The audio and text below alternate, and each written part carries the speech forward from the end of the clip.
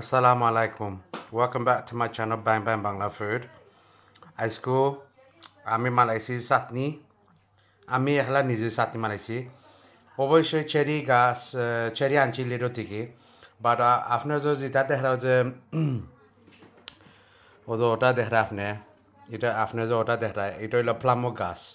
আমার গাছ থেকে ফারিয়া লাল লাল লাল হয়ে গেছে ঠাকার লাল হয়েছে বেশি লাল হয়েছে আর আম দিছি ফলিয়া থোড়া একটা আম আর আমি এবারে থোড়া সামান্য থোড়া তেল দিয়া আর আমরা নিজের গার্ডেনের বাহর পাতা আর রসুন আর ফুকমরিচ চারটা দিতাম আসতাম 3টা বাজিয়া 4টা বাজি লাইতাম বেসিকলি আর একটা থইরাছি ওটা দিয়া নাইনি বাজিয়া